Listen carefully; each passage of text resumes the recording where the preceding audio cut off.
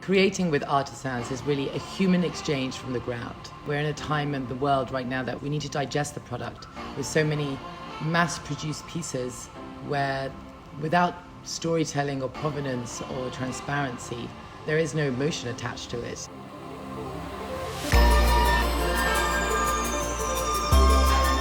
My name is Rebecca Manners and I'm an artisanal designer. To be honest, I've always loved designing. I always knew I wanted to be a designer since I was a little girl. It was my big dream. I really got into jewelry seriously when I was 18. I was traveling all across Southeast Asia, and I remember being in Peru and seeing these incredible earrings that these locals were making, and I tried to co-create with them then. So that was probably when I first started getting into it. Then as time went on, I decided actually that I wanted to be a stylist. So I moved to New York and worked for a fashion stylist. I was collecting Art Deco watches. I would take them apart and recreate them as charm necklaces and bracelets. I started going around the little stores around Lower East Side and started seeing if they wanted to sell them.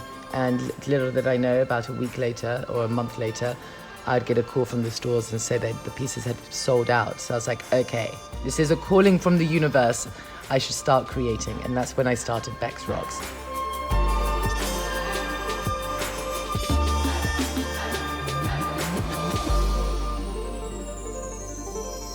I wear a lot of my tribal pieces that I've found across the world. They remind me of struggle, of happiness, of adventure, even how the process of how I even got to make it reminds me of how far I've come.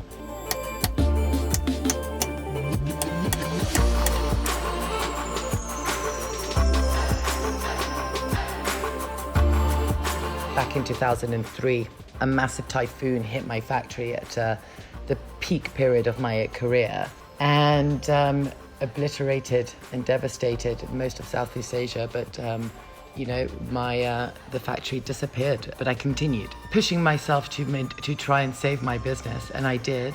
But then I decided at the end of the 2 years that I was working way more direct with my clients. They were buying directly from me. There was a lot more depth to the transaction, and that really made me understand that it is so important to have that personal relationship with the person who's buying a piece of you, and then understanding who's making it. Amazing. Yeah, that's beautiful. Yeah.